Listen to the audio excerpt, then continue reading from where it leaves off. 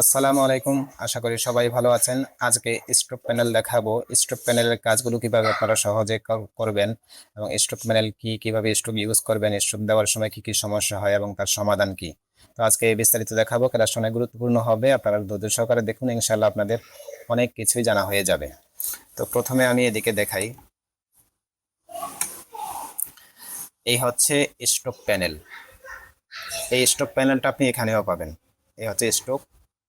এখানে কিন্তু এক্সট্রা ওই অপশনগুলো নাই, যেখানে এই অপশনগুলো এক্সট্রা আছে। তো এটা আনবেন হলো এখান থেকে ক্লিক করে শো অপশনে ক্লিক করবেন, তাহলে অপশনগুলো আলাদা চলে আসবে।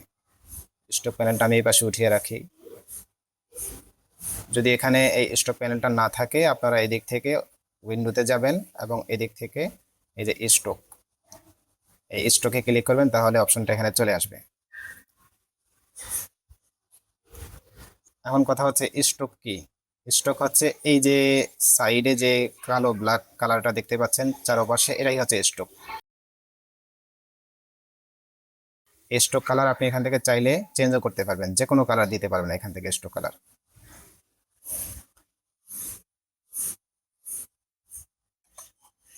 এবং এটা হচ্ছে ফিল কালার, এটা হচ্ছে স্টক কালার। এখানে আমি এই রেক্টেঙ্গেল নিয়ে কয়েকটা রেক্টেঙ্গেল আলাদাভাবে তৈরি করেছি এবং এগুলাতে আমি স্টক সহ দিয়েছি অপশনগুলো বোঝাবার জন্য। স্টক প্যানেলের প্রথমেই এই যে আপনারা দেখতে পাচ্ছেন, এখানে ক্লিক করার পরে এখানে এই রেক্টেঙ্গেলের ভিতরে ফিল এবং স্ট্রোক দুইটাই আছে। এটা হচ্ছে ফিল কালার এবং এটা হচ্ছে স্ট্রোক কালার, এখানে দুইটা একসাথে দেওয়া হয়েছে। আর এখানে শুধু ফিল আছে, স্ট্রোক নাই। দেখেন এটাতে ক্লিক করলে এখানে ফিল স্ট্রোক দুটোই দেখাচ্ছে। এখানে ক্লিক করার পরে এখানে শুধু স্ট্রোক, ফিলটা দেখাচ্ছে, স্ট্রোকটা কিন্তু নেই, স্ট্রোক নেই চারপাশে। এবং এটাতে ক্লিক করলে আপনি এখানে দেখবেন শুধু স্ট্রোক কালার আছে, ফিল কালার নেই। এবং এটাতে কিন্তু মাঝখানে অন্য জায়গায় ক্লিক করে আপনি এটা ধরতে পারবেন না, কারণ এখানে ধরার মতো কিছুই নেই। তো হ্যাঁ, এটা ধরতে পারবেন আপনি, এখানে ক্লিক করলে এটাকে ধরতে পারবেন, তারপরে এদিক সেদিকে এটা মুভ করতে পারবেন। আবার আপনি চাইলে যদি স্ট্রোক কালার অফ করতে চান, আবার এই যে এখানে স্ট্রোকের ভিতরে থাকা অবস্থায় এই নিচে নাম দিয়ে দিলে স্ট্রোক কালার অফ হয়ে যাবে। এরপর আসি, এরপর আমরা এই অপশনগুলো দেখি। এটাতে ক্লিক করলাম এবং এখানে দেখেন mitre join corner. Mitre join কি, দেখেন এই যে কর্নারটা স্ট্রেট কর্নার, মানে শার্প কর্নার থাকবে এগুলো চারপাশে, স্কোয়ার বক্স। এরপরে এটাতে ক্লিক করি, এটা দেখেন রাউন্ড জয়েন। কর্নারটা রাউন্ড হবে, এইভাবে ঘোরানো থাকবে কিছুটা, স্ট্রোকের যে কর্নারটা আছে কিছুটা ঘোরানো থাকবে। এরপরে এটাতে ক্লিক করি, দেখেন এটা হচ্ছে বিবেল জয়েন। এটার কর্নারটা এরকম থাকবে। আপনি চাইলে এই কর্নারগুলো চেঞ্জও করতে পারেন। এখানে ক্লিক থাকা অবস্থায় আপনি যেটা দিয়ে দিবেন, দেখেন এখানে রাউন্ড জয়েন হয়ে গেছে এটার মতো। আবার এটা যদি ক্লিক করেন তাহলে এটা কর্নার মিটার জয়েন হয়ে গেছে।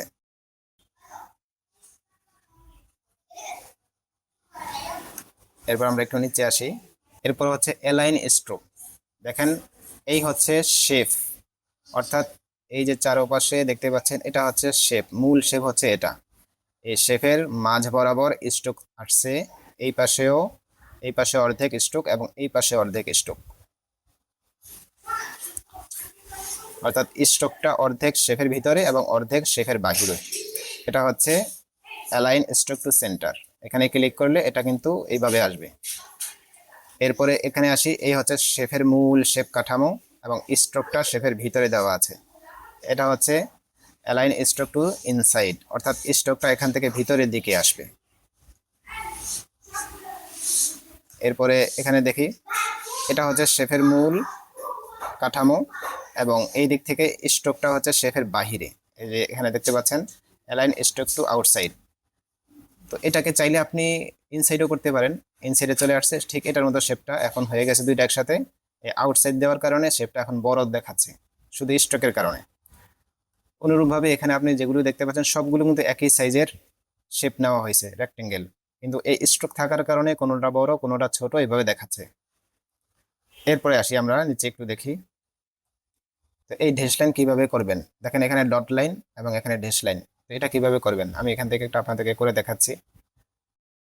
এটা একটি রেক্টেঙ্গেল এবং সাথে একটি স্ট্রোক কালার দেওয়া আছে এবং এই দিক থেকে যদি ড্যাশ লাইনে ক্লিক করলি তখন এই দেখেন এই যে ড্যাশ লাইন ক্রিয়েট হয়ে গেছে।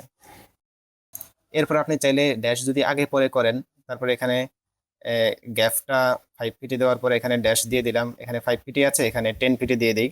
দেখেন কি হয়। 10 পিটি দেওয়ার কারণে 5 পিটির পরে 10 পিটি এবং এখানে গ্যাপ দিব 10 পিটি। এরপর আপনাদেরকে দেখাই, এই হচ্ছে 5 পিটি এটা। এরপরে মাঝখানে যে গ্যাপটা আছে এই গ্যাপটাও 5 পিটি। এরপরে যে এই ড্যাশটা হচ্ছে 10 পিটি, অর্থাৎ এটা ডাবল।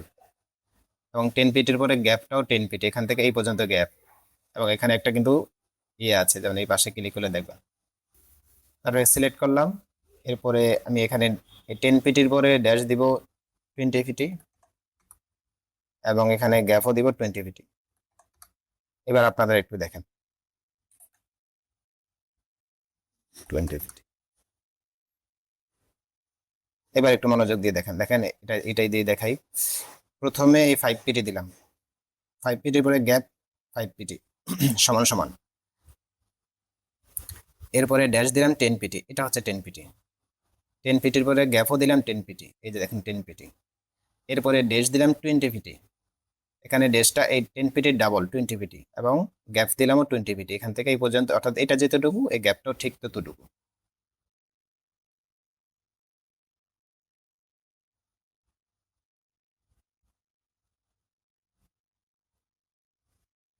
এরপরে এটা দেখাই, এটা হচ্ছে ডট লাইন।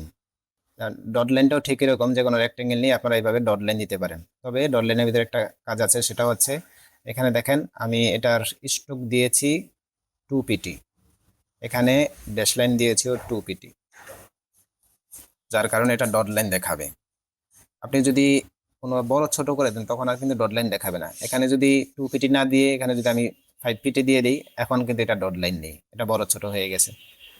তো আপনি এখানে যেটা দিবেন, অর্থাৎ এখানে যেতটুকু দিবেন 1 পিটি দিলে এখানে ড্যাশ লাইনও আপনি 1 পিটি দিবেন। এখানে 2 পিটি যদি থাকে, দেখেন 4 পিটি 5 পিটি, এটা বড় হয়ে গেছে, ড্যাশ লাইনের মতো হয়ে গেছে।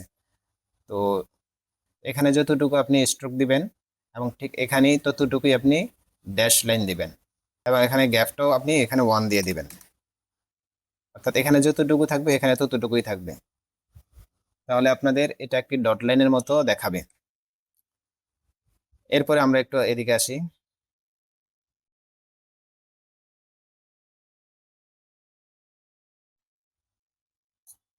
এই লাইনটাকে আপনি চাইলে এদিক থেকে বাড়াইতেও পারেন, কমাইতেও পারেন।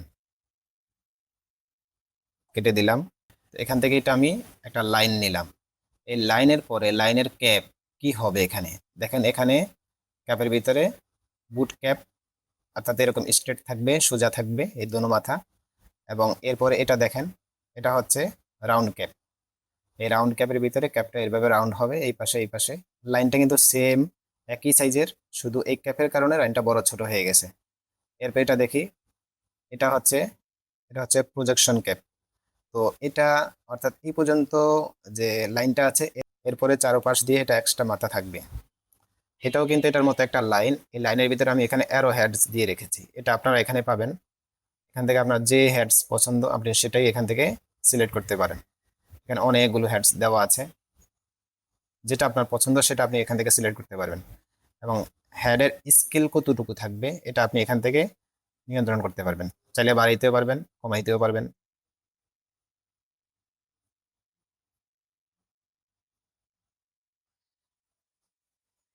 এবং এখানে হচ্ছে লাইনের ইন পয়েন্ট। এখানে ইন পয়েন্টে আমি এটা দিয়ে রেখেছি, আপনি চাইলে যে কোনো ইন পয়েন্ট এখান থেকে দিতে পারেন, এই যে দেখতে পাচ্ছেন। এরপরে এই ইন পয়েন্টের সাইজ আপনি এখান থেকে কমাইতেও পারেন, বাড়াইতেও পারেন। করি তাহলে এই হেড পয়েন্ট এবং ইন পয়েন্ট দুটো লাইনের ভিতরে চলে আসবে। এবং এখানে যদি ক্লিক করি, এই হেড পয়েন্ট এবং ইন পয়েন্ট এটা দুটো লাইনের বাহিরে চলে আসবে। এরপরে এটা দেখি, এখানেও আপনারা চাইলে এভাবেই করতে পারেন। এখানে আমি শুধু হ্যান্ডের একটা অপশন দিয়ে রেখেছি, যে আপনারা এটা দেখতে পাচ্ছেন। এখানে আমি চাইলে যে কোনো হ্যান্ড পরিবর্তন করতে পারবেন। এবং এটা হচ্ছে হ্যান্ডের ইন পয়েন্ট, এখানেও আপনি চাইলে যে কোনো হ্যান্ডের ইন পয়েন্ট সিলেক্ট করতে পারেন। আমি এখানে কিছুই দেই নাই, তো আপনারা এখানে চাইলে যে কোনো অপশন সিলেক্ট করে নিতে পারেন। এখানে 100% দেওয়া আছে, এটাকে কমিয়ে নেবেন, দেখবেন মোটামুটি হয়ে যাবে।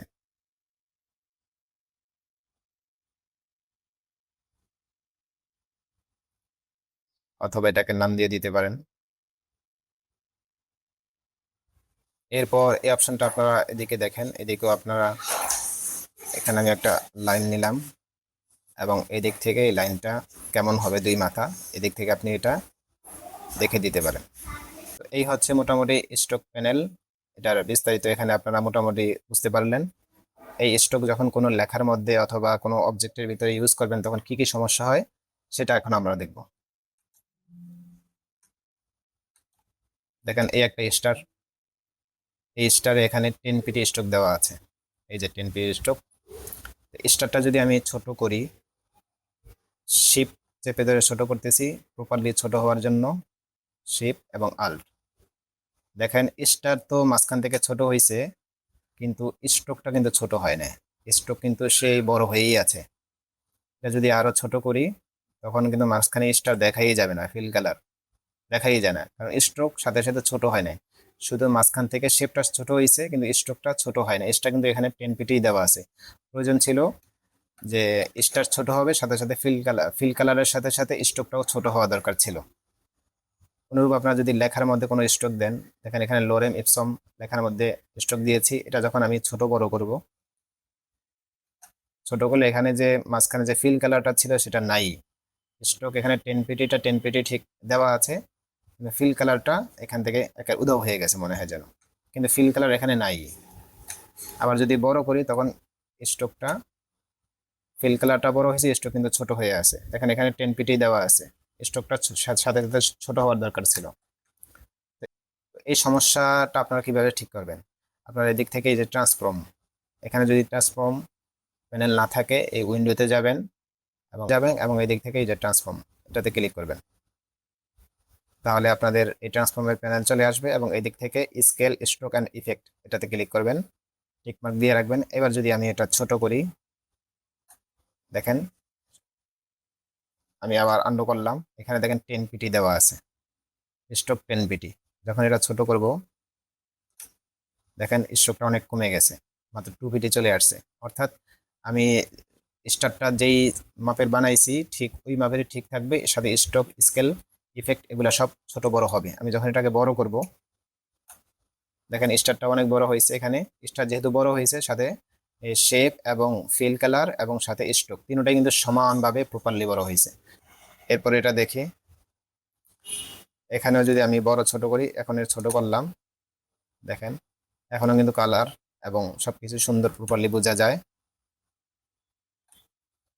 সবকিছু ঠিক আছে। আবার বড় যদি করি তখন এটা বড় হবে, স্ট্রোকটাও বড় হয়েছে এবং ফিল কালারটাও এখান থেকে বড় হয়েছে। এই হচ্ছে বাংলাদেশ। এটার মধ্যে যখন আমি স্ট্রোক দিয়ে দেব তখন এইদিকে লেখার মাঝে মাঝে স্ট্রোকগুলো আসছে, অর্থাৎ এরকম হয় নাই। আমি যদি এটা একটু বাড়িয়ে দেই,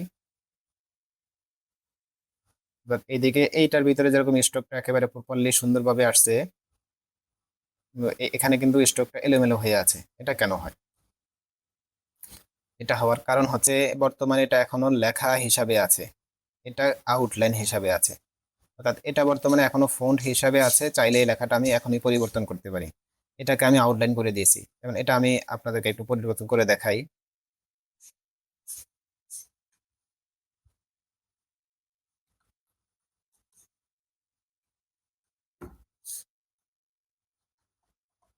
দেখেন বাংলাদেশ আমার দেশ, দেখেন লেখা যায়।